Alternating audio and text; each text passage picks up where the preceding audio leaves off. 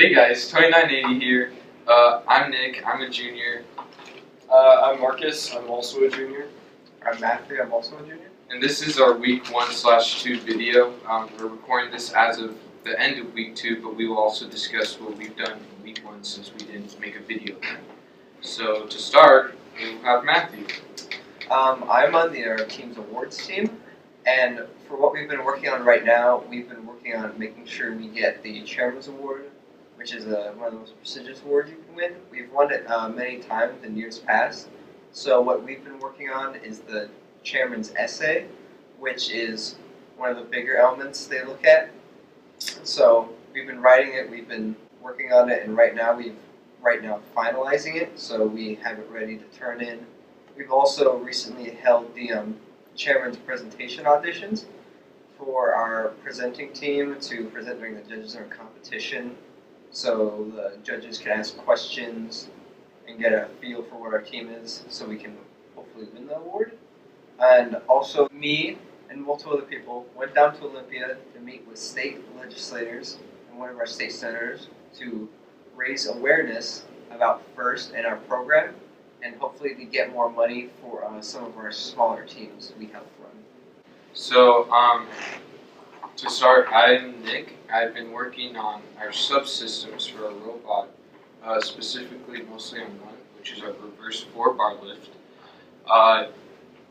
For this year, it's slightly different because from our design night, which we will talk about later, we decided to build multiple subsystems and then test them out to see which one is better. This is due because of lack of information to which one is better. I mean, all the researching, and since this game depends mostly on one game element, it kind of it makes things difficult for us. So I'm personally working on the reverse 4-bar lift. Our other option we've been working on is an extended lifter. So the reverse bar lift, we started out CADing it. The usual. We assembled it, except we had to make a custom gearbox for it, along with the mini sim motor bracket. So this will be used to lift the cubes into both the scale and the switch. It will have multiple options, so it can be versatile. We are building it because it might be faster than the extended lifter, but that is to be determined. So we are almost finished with it. We just had to go through a couple of kinks.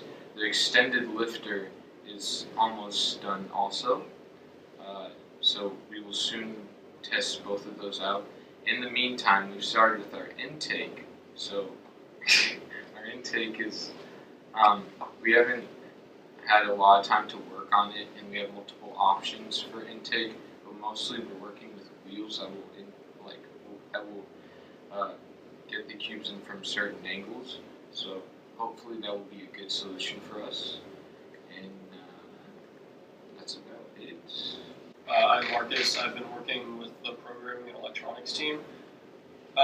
We got the kit of parts drivetrain assembled last week, and we've been able to hook up like a basic electronic system to it.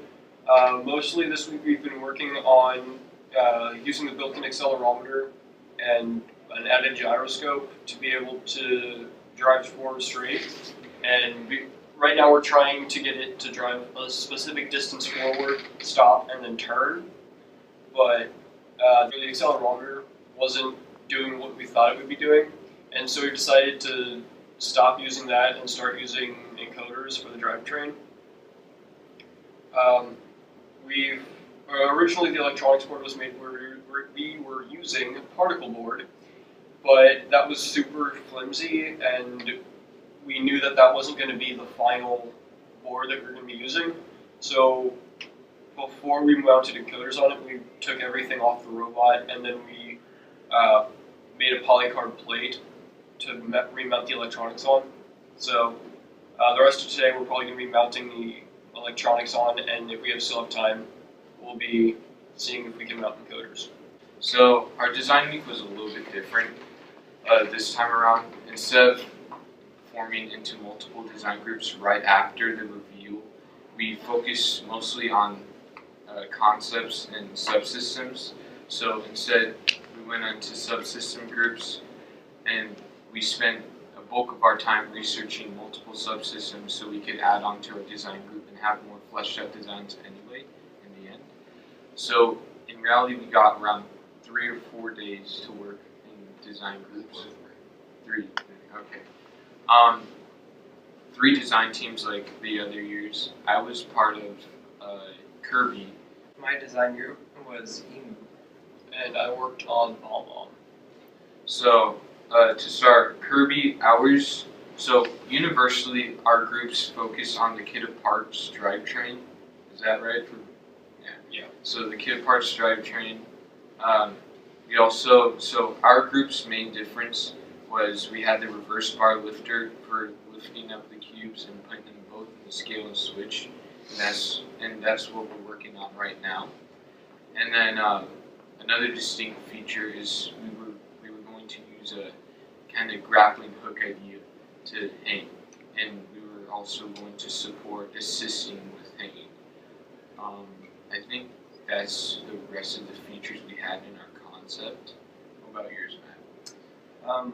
My group also used the kit of parts drivetrain, but what we focused on the most was getting a cube as high as possible, as fast as possible, using linear slides and trying to get it up onto the middle scale as fast as possible. And so the main focus area was to be aggressive and get control. So my design group did something different from the other two. So the other two design groups were mainly focused on lifting cubes and placing them. Our design team decided that we wanted the community to have like a wide variety of options to choose from, so we decided to pick a robot that would be able to shoot the cubes. So we looked at other shooting mechanisms that have been used in the past, and we found a design that we really liked. We found Snow Problem.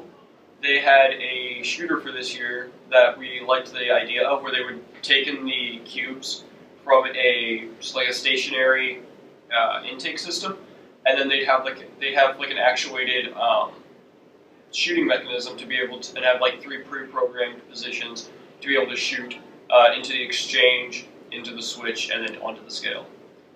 The other thing that we were doing different from them was our climbing mechanism. So again, we went and looked at other teams' climbing mechanisms, specifically from Stronghold, because the bar that we're climbing onto for power up is similar to the bar in Stronghold, and we found the Robonauts robot from Stronghold, and they had a climber that it was basically a gravity hook.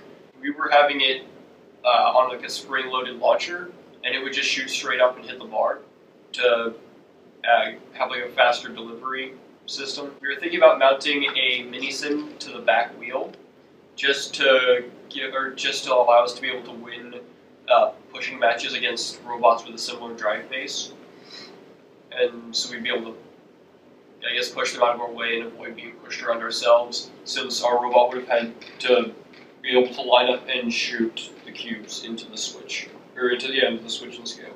Yeah, so after the design night, or after the community had like their voting session, they didn't like come up with subsystems that they wanted. They came up with requirements that they wanted. So they were like, we want the robot to be able to get 3 climbs. We want the robot to be able to score in the scale and the switch, and we'd like the drivetrain that you guys all picked. So, and normally they pick like, we want this subsystem to shoot, we want this subsystem to climb, and we want this subsystem to drive. So we're going to have to go with the wide kit of parts drivetrain, because otherwise the intake won't be able to take in cubes if they're like not lined up with their, if it's like at a diagonal to the robot. You have to choose the wide drive base to be able to intake those, and then we're gonna change the gear ratios for the 2 sims on it, and then we're also changing the outer 2 wheels on either side from being the kit of parts wheels to being blue Plaxion wheels. The advantages of this is to give us a lot higher traction. What we get from all this is our robot wants to be versatile and have fast cycle times and be able to double cubes in the switch and the scale, and we want to be able to hang and have a good end game. How's autonomous doing? So we haven't started on like an autonomous program for for the actual game. Right now, we've just been working on trying to get the various sensors to work the way that we want them to, and to figure out how they work. Since a lot of the sensors are new, and until this year, we didn't even realize that there was a built-in accelerometer for the Robo-Rio, and we just found the gyroscope in our electronics cabinet. So we're trying to figure out how they work together. So right now, we don't have an autonomous put together yet, but that should be coming along sometime next week, as soon as we get the encoders mounted and we figure out how the heck the gyro sensor works. We're planning on having an auto that just drives forward to cross the baseline. We're trying to have an auto that will place a cube in the switch, and we're trying to have an auto that will place a cube on the scale, each depending on either our position on the field or which side corresponds to which alliance. So our chairman's teamwork, we want to be diverse, and we have 3 people on ours. I think that's a requirement, isn't it? I don't know if it's a requirement or not, but we put 3 people on our presentation team. Matthew can explain it better since he is actually trying out for it. As I said earlier, part of the chairman's award is during competition, a team has to present to a panel of judges about why they believe they should get the award. And so you have a team up to 3 people. So what we are currently doing is holding auditions to see who would be the best to do it, who would work well, and who would be the best person to communicate what we are as a team and what we do to the judges to hopefully increase our chances.